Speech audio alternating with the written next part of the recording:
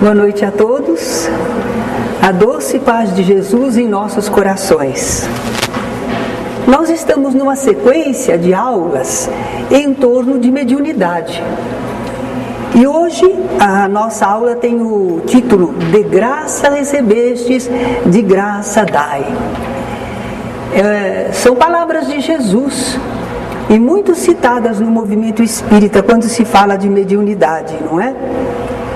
Jesus estimulou e orientou os seus discípulos para a prática da mediunidade. Vocês se recordam que ao tempo de Moisés havia a proibição, mas ao tempo de Jesus não havia mais proibição, pelo contrário. Jesus estimulou e orientou os seus discípulos para praticarem a mediunidade, exercitarem essa faculdade sublime, e disse para eles trabalharem com essa mediunidade, as suas faculdades, em favor da humanidade. Jesus fez então várias recomendações. Ele disse nessa oportunidade: curai enfermos, purificai leprosos.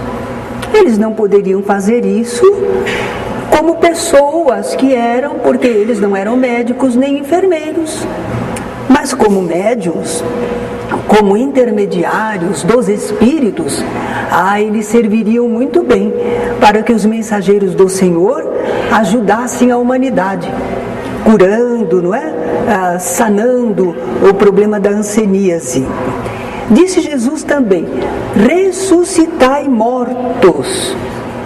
E nós precisamos pensar a esse respeito, porque Jesus não contrariou nenhuma lei divina, nem poderia. Quem é que pode agir contra as leis de Deus? As leis de Deus já estão estabelecidas no universo. Tudo e todos estão submetidos à lei de Deus. E a morte corpórea é um desses fatos que seguem a uma lei divina. E ninguém pode modificar. Uma vez que o corpo morre, o espírito não consegue mais atuar sobre ele. Não há como, não é? Então, quando Jesus disse ressuscitai mortos, ele não estava dizendo para fazerem corpos mortos voltarem à vida. Se vocês repararem, os seguidores de Jesus e quem trabalha hoje com o ensinamento de Jesus faz muita coisa, ajuda os enfermos, suaviza dores, mas não ressuscita mortos. A gente segue Jesus, num compasso se alivia alguém, a gente faz assim o afastamento de demônios. A gente sabe que não eram demônios no sentido do termo, não é? Espíritos para sempre rebeldes a Deus, isso não existe. Mas era o termo que eles colocaram para designar os espíritos agressivos, perturbadores, não é?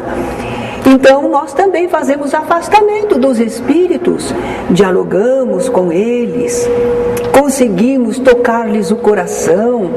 A vida para eles continua e eles podem se renovar e se melhorarem. Agora, ressuscitar mortos nenhum de nós vai fazer, nem nunca fez. E o próprio Jesus também não.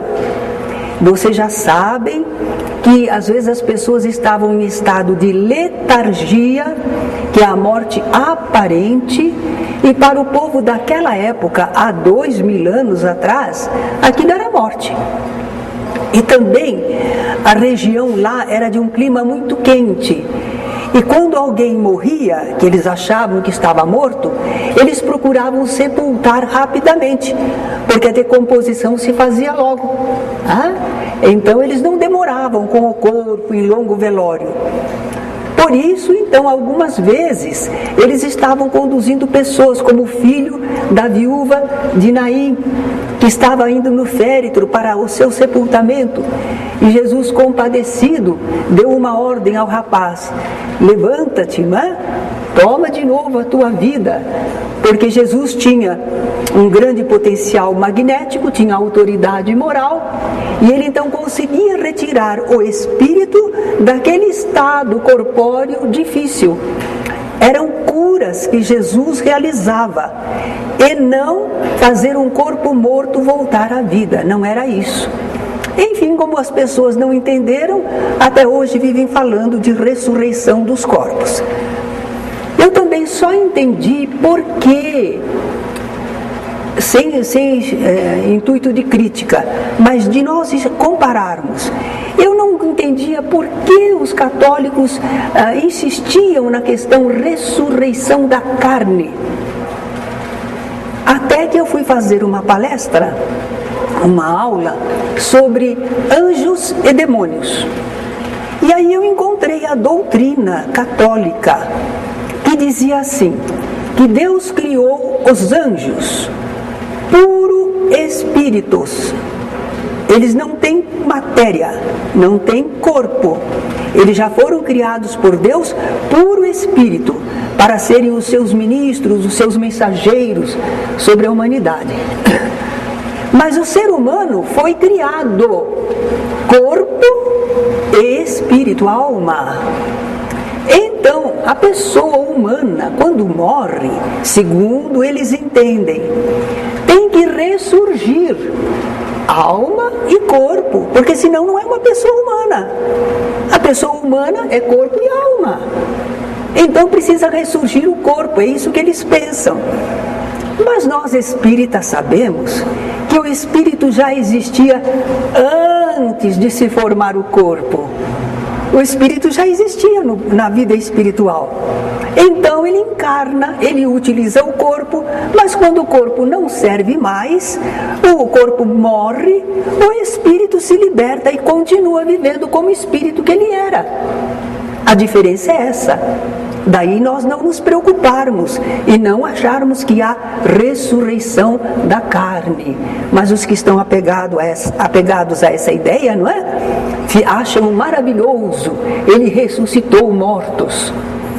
Não, ele não ressuscitou mortos. Ele curou corpos que estavam em letargia, no estado de morte aparente. E foi uma grande obra que ele fez.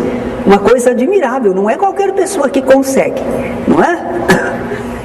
Em relação à vida espiritual, convém lembrar também Jesus, porque ele disse, Deus não é Deus de mortos, porque para ele todos vivem.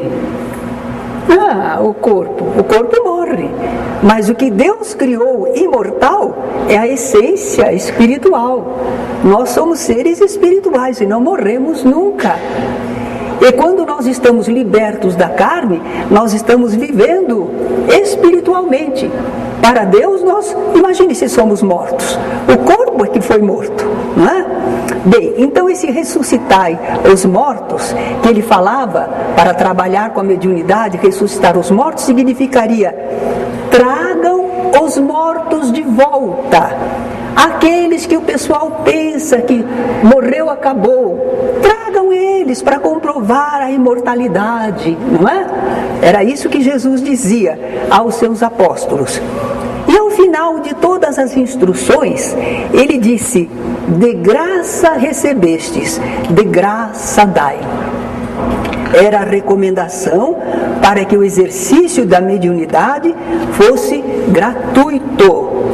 Não se cobra pela mediunidade. É recomendação de Jesus. Tudo bem, mas por que será, não é? Ele exemplificou. Tudo que Jesus ensinava, ele viveu. Então Jesus não somente recomendou, ele também exemplificou o trabalho espiritual gratuito. Quando foi que os seus discípulos cobraram alguma coisa pelas tarefas que realizavam com a sua mediunidade? Nunca. Será que Jesus cobrou alguma coisa dos seus discípulos, apóstolos, quando ele fez o trabalho de estímulo às suas faculdades mediúnicas? Também não cobrou nada, não é? Nenhuma das realizações que Jesus fazia com as suas forças espirituais, ele cobrava absolutamente nada. Quando ele expulsou os vendilhões do templo de Jerusalém, ele deu uma enérgica demonstração de que não se deve comerciar com as coisas espirituais, nem torná-las objeto de especulação ou meio de vida. Estamos concordes até aí? O ensinamento de Jesus é esse. É o ensinamento e o exemplo do nosso Mestre. Mas por que ele teria recomendado e exemplificado assim? Em princípio, porque a mediunidade é uma faculdade concedida por Deus ao ser humano.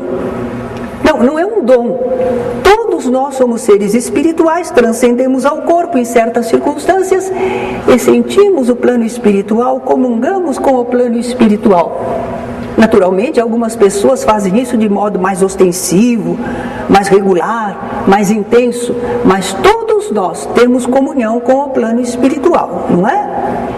E quanto a essas pessoas que são médiums ostensivos, eles não pagaram nada pela sua mediunidade, como nós também não pagamos. Quando a gente, por exemplo, transcende um pouco o corpo e vê um espírito, ou recebe uma inspiração, a gente paga alguma coisa? Não paga nada. É gratuito. A gente recebe de graça. Então, de graça, devemos dar também. Quando eu trabalhava para essa aula, eu fiquei pensando assim, aquilo que algumas pessoas iriam argumentar. Mas também foi de Deus que nós recebemos a vida, a inteligência, a força. E com tudo isso a gente realiza trabalhos. E a gente recebe paga. E é muito justo. Qual é o problema? Quem trabalha tem direito ao seu salário. No entanto, não é lícito cobrarmos pelas coisas espirituais. Vejamos a diferença. Quando nós cobramos pelo nosso trabalho físico ou intelectual, nós estamos fazendo um trabalho que atende às necessidades da vida terrena, nossas e dos nossos semelhantes. A gente faz alguma coisa que é útil para o conjunto. E cada coisa que a gente faz representa uma permuta. O sapateiro faz sapato para as pessoas. O verdureiro compra o sapato, mas em compensação ele produz as verduras. O verdureiro faz não sei o quê. E assim por diante. Cada um cobra o seu trabalho, mas ele usufrui de outros. Todos trabalham uns para os outros. A pessoa produz o que precisa, aquilo que ela é capaz, e os outros recebem e por sua vez também prestam serviços. Então cada qual das pessoas tem sua capacidade ou aptidão. E essa capacidade ou aptidão é útil no conjunto humano. Todos podem fazer alguma coisa útil para o conjunto, todos podem ganhar o seu pão. A gente abre exceção para criancinhas, para idosos, para aqueles que estão muito enfermos. A gente não vai exigir, não é? Que eles trabalhem, não está em condição. Mas todos os outras pessoas, todos nós nos sentimos dignos. Eu ganho pão com o suor do meu rosto, quer dizer, eu sou capaz de me manter. Eu faço alguma coisa que é necessária ao conjunto. Eu permuto o meu trabalho com aquilo que os outros produzem. Muito bom. É justo, é indispensável que esse trabalho terreno seja remunerado, que cada um receba pelo que faz o salário devido, que vai assegurar a sua sobrevivência corpórea. Agora imaginemos se a mediunidade for colocada como comércio ou profissão. O que será que pode acontecer? Os pobres terão dificuldade, impedimento ao esclarecimento espiritual, ao conforto, à ajuda. Porque o pobre não pode pagar. E se a mediunidade está sendo paga, o pobrezinho fica olhando, mas ele não tem dinheiro para se aproximar das coisas espirituais. Se estiver sendo cobrada, tadinho dos pobres. Eles ficam alijados do amparo espiritual. Por Por isso mesmo, Allan Kardec diz assim: Deus quer que a luz chegue a todos.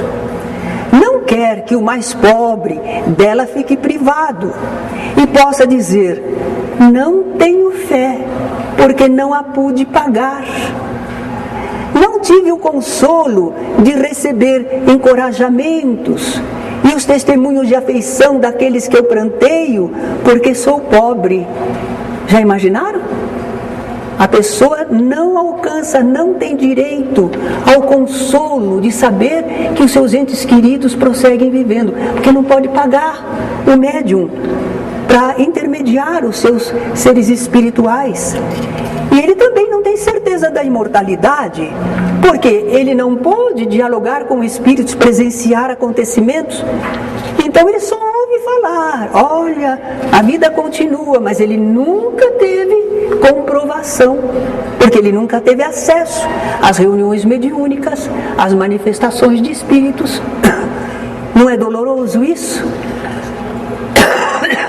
Outra coisa, o médium, quando cobra pelo seu exercício mediúnico, ele recebe paga.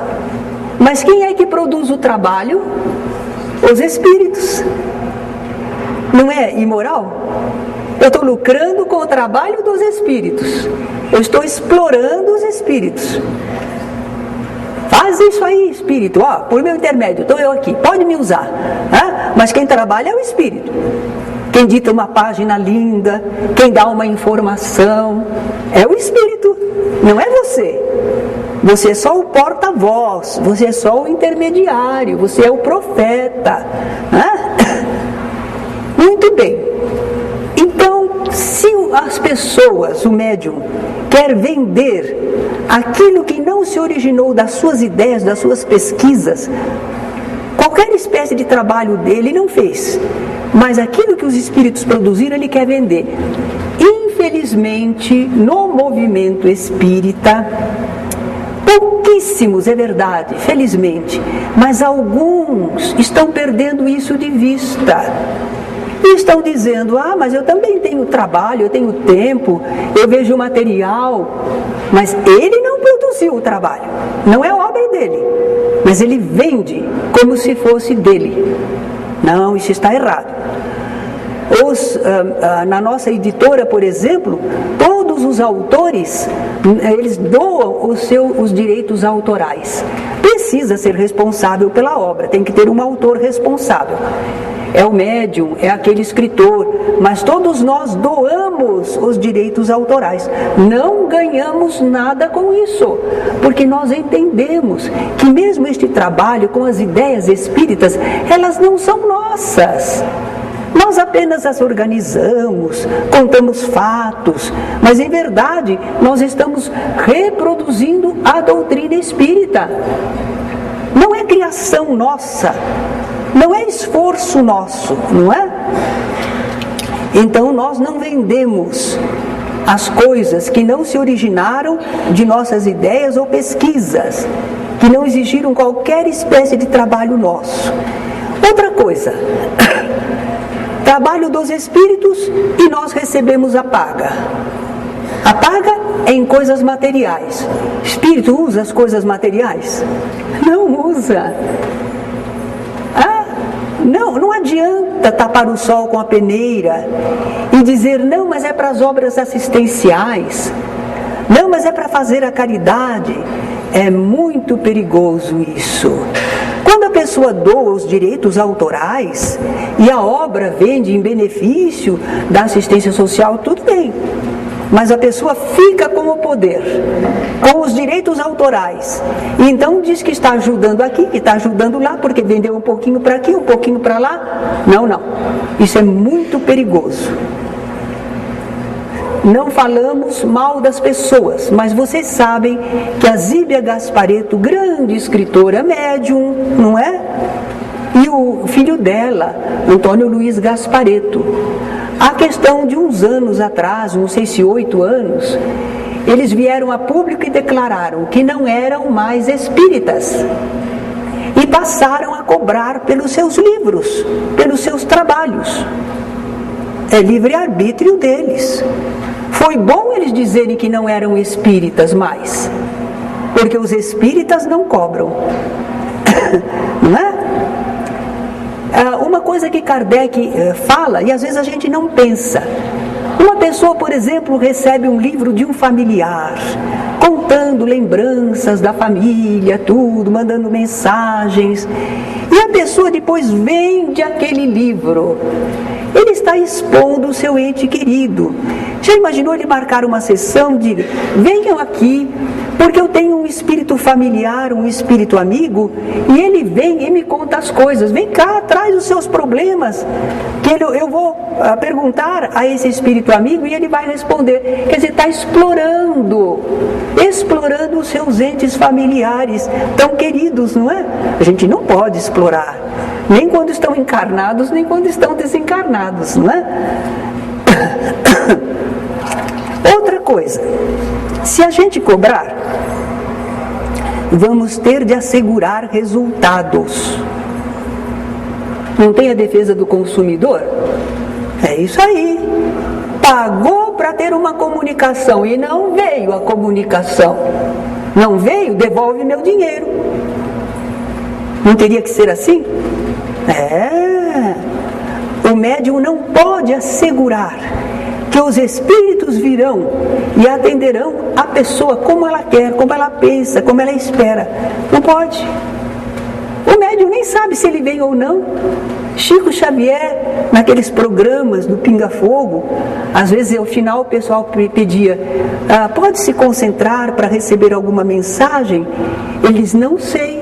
Eu me concentro, mas eu não sei se vem algum espírito, não é? Ele não podia, ele não tinha autoridade sobre os espíritos, não é? A mediunidade é uma faculdade fugidia, instável. Ninguém pode contar com ela com certeza. E ela não funciona sem o concurso dos espíritos. E os espíritos nem sempre podem, nem sempre devem e nem sempre querem atuar. Os bons espíritos, às vezes, não querem atuar. Por quê? Porque eles não querem ser coniventes com o erro do médium que está cobrando pela consulta. Ele estaria ajudando o médium a errar, então ele não quer fazer isso. E os maus espíritos? Também não, porque eles não gostam de ser explorados. Que é isso? Está ganhando dinheiro a minhas custas? Ele é um mau espírito, mas ele também não gosta de ser explorado, não é? Outro ponto a considerar: quando nós cobramos pelo exercício da mediunidade, nós lançamos descrédito sobre essa faculdade. Tudo que se pode comprar tem pouco valor, hein? Amor comprado? Não, o que é puro, o que é verdadeiro não se compra, né? Mas se você pode comprar mediunidade, deve ser bem barata essa mediunidade, hein? Deve valer muito pouco, hein? Se a gente cobra pela mediunidade, nós lançamos descrédito sobre nós mesmos e sobre o intercâmbio espiritual. O pessoal começa a duvidar, a desacreditar da manifestação mediúnica. As pessoas perdem a sua fonte de informações, de conforto, de ajuda espiritual. É um grande prejuízo para o progresso moral da humanidade. Enquanto nós conservamos a mediunidade pura, sem troca por nenhum benefício material, pessoal, então nós a consideramos algo importante, valioso, não é? Mas se a gente comercia com a mediunidade, é coisa banal, perdeu o seu valor. Por isso mesmo Allan Kardec diz: a mediunidade séria nunca pode constituir uma profissão. Isso a desacredita moralmente. E a faria semelhante aos ledores da Buena Dicha.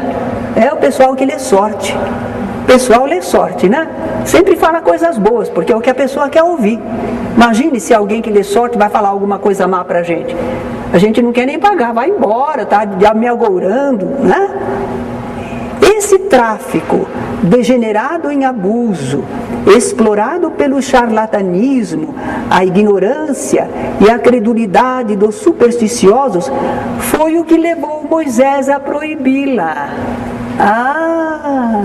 Por isso, estava desacreditada, estava sendo mal usada, não é?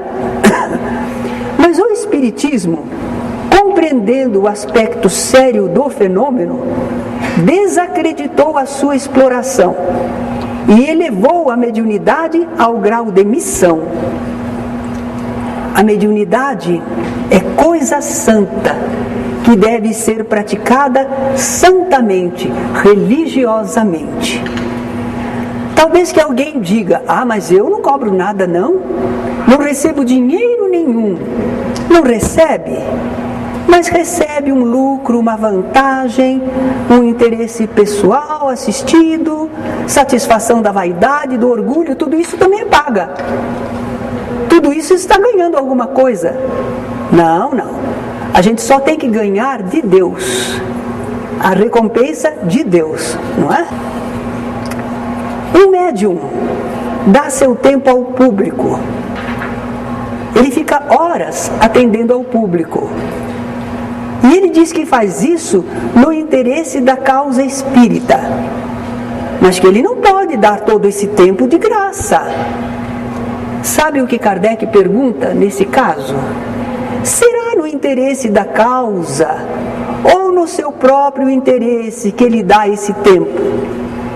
E não será porque ele entrevê aí uma ocupação lucrativa? Por este preço, encontram-se sempre pessoas devotadas.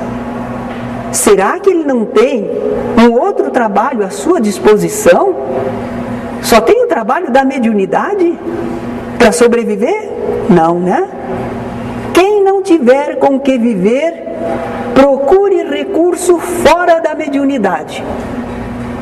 Se quiser, consagre-lhe materialmente o tempo disponível. Só tem 1 horinha disponível. Tudo bem. 1 hora por semana. Tudo bem. Tenho 2 horas por semana. Ótimo. Eu posso atender 2 vezes por semana. Muito bem. Você dá o tempo que você pode para o serviço espiritual. Os espíritos levarão em conta o seu devotamento e sacrifício, ao passo que se afastam, os bons espíritos se afastam da pessoa que quer fazer da mediunidade escabelo, quer dizer, é um banquinho para apoiar o pé para ir mais alto, né? Tem gente que quer subir com a mediunidade, fazendo a mediunidade ser paga. Não, os bons espíritos se afastam. Agora, Kardec faz uma consideração que para nós aqui no Brasil fica meio esquisita. A gente de princípio não entende. Ele diz: a parte estas considerações morais, não contestamos de modo nenhum que possa haver médiuns interesseiros, honrados e conscienciosos. Porque há pessoas honestas em todas as profissões. A gente diz: como? Porque aqui no Brasil, a gente não tem essa ideia, não é? Mas, por exemplo, nos Estados Unidos, as pessoas, mesmo pobres, não gostam de receber caridade.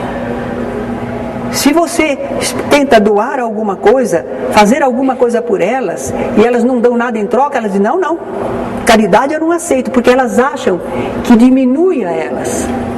Que elas ficam pessoas que não são capazes de se bastar a si mesmas, que dependem da caridade alheia, elas não querem.